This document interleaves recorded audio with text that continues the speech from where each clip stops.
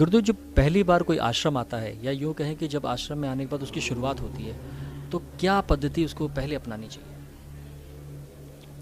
जब दरबार आदमी आता है तो उसकी कोशिश पहली ये होती कि यहाँ पे है क्या और क्या हम वाकई में ठीक हो पाएंगे, एक जानकारी के लिए उसको रहता है। लेकिन दरबार के जो नियम हैं, जो विधियाँ हैं, वो ये कि आप दरबार आए तो सर्वप्रथम जो अगर आपके अंदर श्रद्धा है दरबार के प्रति, तभी आप आए भी हैं, तो जो अर्जी बंधन होता है सुबह, वो सुबह 9 बजे से शुरू होकर और दोपहर को 2 बजे तक होता रहता है, तो वो करें। उसके बाद अंदर दरबार के अंदर तमाम भक्त रहते ही हैं, आते जाते रहते हैं, रुकते भी हैं सब। तो 2 बजे से 3 बजे के बीच में संकल्प होता है। उसमें संकल्प जो पहली बार आए लोग होते हैं उनका भी होता है, जो अन्य हवन कर चुके हैं, 8 हवन तक कर चुके हैं, यंत्र स्थापना कर चुके हैं, उन सभी का होता है अलग अलग। तो उसमें उनको भाग लेना चाहिए सबसे पहले, और इसके बाद फिर वहाँ बैठना चाहिए थोड़ा सा और ये समझना चाहिए कि यहाँ हो क्या रहा है, चल क्या रहा है, और लोगों से मिलना चाहिए, बात करना चाहिए, भाई आप कब आए, कैसे आए, पहले आप कैसे थे, अब कैसे हैं, ये सब चर्चा उनको करनी चाहिए। उससे क्या होगा कि थोड़ा अंदर अपने एक मजबूती आती है कि हम कहाँ आए हैं। एक तो ये होगा। दूसरा ये होगा, वहाँ बैठ के जब वो ईश्वरीय चिकित्सा होती है दरबार में, शिव शक्ति दरबार में, तो ईश्वरीय चिकित्सा देख करके भी आपको समझ में आएगा कि एक्चुअल में यहाँ होता क्या है। यहाँ झाड़ फूक होती है या कोई ईश्वरीय चिकित्सा है, तो फिर आपको ये समझ आ जाएगा जब कि यहाँ कोई झाड़ फूक, टोना टोटका, तंत्र मंत्र नहीं होता।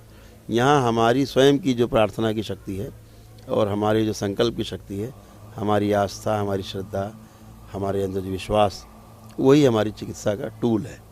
उसी से हमारी चिकित्सा होगी। एक तो ये पक्का होता है। दूसरा, आपको वहाँ बैठ कर के एक जो सबसे बड़ी बात होगी वो ये होगी कि हम बीमार हैं कि नहीं हैं, और बीमारी है तो क्या है, ये डायग्नोसिस आपको स्वयं हो जाएगी। ये निदान हो जाएगा आपके अंदर स्वयं। जैसे ये निदान होगा कि मुझे ये बीमारी है, तो निवारण भी आपको दिखने लगेगा। तो डायग्नोसिस कैसे होगी? सेल्फ डायग्नोसिस है कि आप वहाँ बैठेंगे तो आपको ये समझने में मदद मिलेगी कि मेरी बीमारी है क्या, और जैसे ही आपको अपनी बीमारी समझ में आएगी, एकदम खुला रास्ता आपको दिखेगा कि अरे तो ठीक होना सरल, बहुत सरल है, यहाँ तो कुछ भी नहीं, इतनी बात है। तो इतना कार्यक्रम आपको करना होगा ज़रूर। केवल ये नहीं कि आप आए और हवन की किट लिए और चले गए और हवन कर डाले और हम तो साहब हवन कर लिए, साथ हम ठीक हुए कि नहीं हुए, ये सब ऐसे नहीं शुरू करना। पहले आके विधिवत समझना है कि यहाँ क्या हो रहा है, और दूसरी बात ये कि हम बीमार हैं तो क्या बीमारी है हमें, वहाँ बैठ के समझ में आ जाएगी बीमारी अपनी। तो दिख भी रहा है कि लोग ठीक भी हो रहे हैं, सामने ओपन मंच पे ही होता है। यहाँ तो कोई कमरे में कोई चिकित्सा किसी की होती नहीं, खुलेआम सबके बीच में होती है। तो वो समझना पहले बहुत आवश्यक है आकर के दरबार में। गुरुदेव, एक चीज़ फिर सेकंड एक ही आता है, हवन के लिए बहुतों लोगों में कन्फ्यूज़न रहता है। उनको ये लगता है कि हवन किस तरीके से करने चाहिए, पहले 5 हवन कैसे करने चाहिए, छठे को लेकर, 7वें को लेकर और 8वें को लेकर। सभी हवनों के बीच में कहीं ना कहीं कन्फ्यूज़न हमेशा रहता है, जबकि इतने डिस्कोर्सेज आपके यूट्यूब चैनल पे पड़े हुए हैं, उसके बाद भी कन्फ्यूज़न है। उसमें थोड़ा सा एक डिटेल करिए, जो लोग हैं वो कम से कम समझ सकें। देखो, इसको हम बहुत अच्छा समझते हैं। यहाँ आने वाला 100 में से 90 आदमी कंफ्यूज है,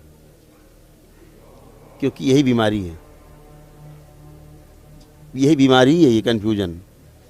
अंदर बैठी निगेटिविटी जो अंदर हैं, सेट हैं, वो खुद कंफ्यूज हैं। तो उनका आधिपत्य है मस्तिष्क पर, मेधस पे, तो आप भी कंफ्यूज हैं। तो उनका प्रयास भरसक रहता है कि आप समझे नहीं यहाँ कोई बात।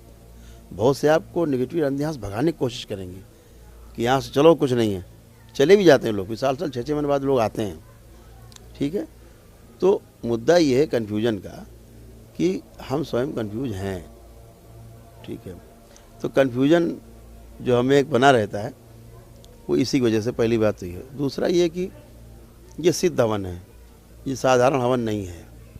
साधारण हवन आप जब भी करेंगे, निगेटिविटी आपके यहाँ है, पितर आपके मुक्त नहीं हुए हैं, बैठे हैं, किसी तंत्र बाधा में उनकी मृत्यु हुई है, उसके कारण बंधे हुए हैं, तो आप ये समझ लीजिए कि किसी भी सूरत में कैसे भी ये जो हवन करेंगे आप, कोई जप तप अनुष्ठान करेंगे, ये सब उन्हीं के खाते में जाएगा जिनके कब्जे में आप हैं, आपका परिवार है, पीड़ित हैं, इसीलिए पीड़ित हैं।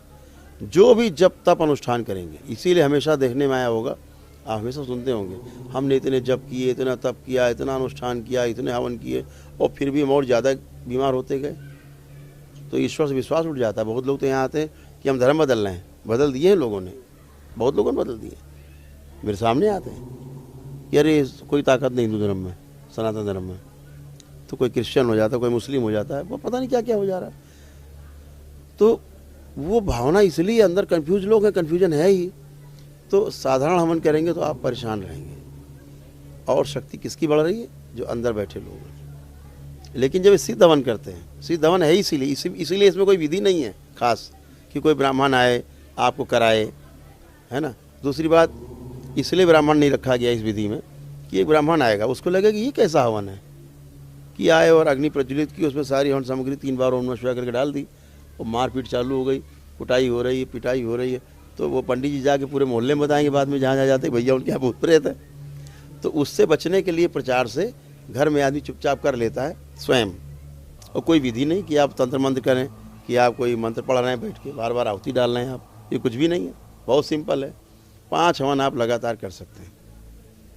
अगर आप सक्षम हैं, हवन ही करना है, तो दरबार से तो बताया नहीं जाता, दरबार से केवल विधि बताई जाती, करना ना करना वो आपके हिस्से में आता है।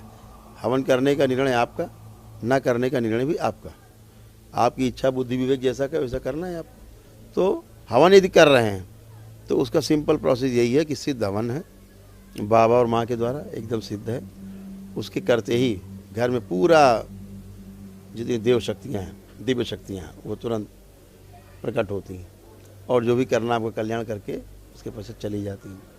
तो 5 हवन आप लगातार कर सकते हैं, लेकिन एक दिन में एक ही हवन होगा।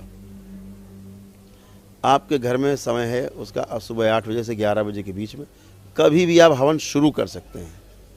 मान लीजिए आपने 11:15 बजे शुरू कर दिया हवन, तो जब तक चले, घंटे 1.5 घंटा 2 घंटा, कोई दिक्कत नहीं। लेकिन 8 से 11 के बीच में शुरू कर देना, सुबह या शाम को 8 से 11 के बीच में करना है।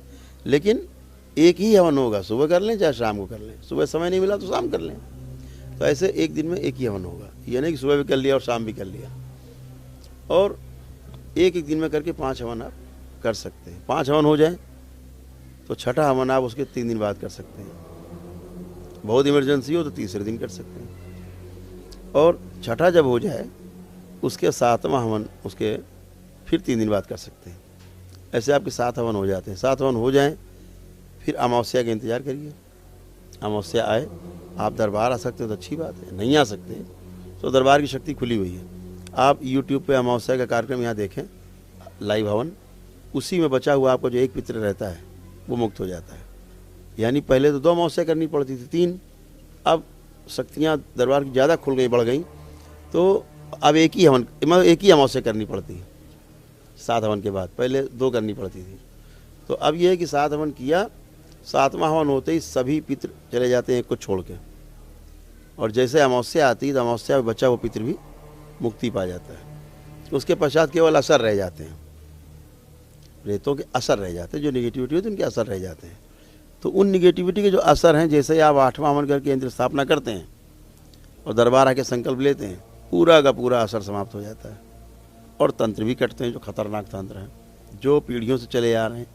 कई लोग ऐसे पूर्वज होते हैं लोगों के, जिनकी मृत्यु तंत्र में ही होती, तंत्र के कारण ही होती, तंत्र मंत्र में, तो वो उस तंत्र में बंधे रहते हैं। ये नियम है, छूटने का उपाय नहीं है।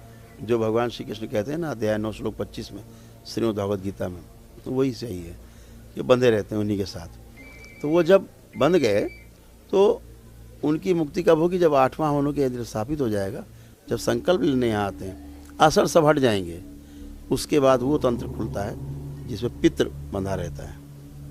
फिर वो तंत्र काटा जाता है, उस पितृ को भी मुक्ति दी जाती है। आपका कोई सवाल हो जो आप गुरुजी से जानना चाहते हैं या कोई जानकारी चाहते हैं तो कृपया इस नंबर पर व्हाट्सएप करें।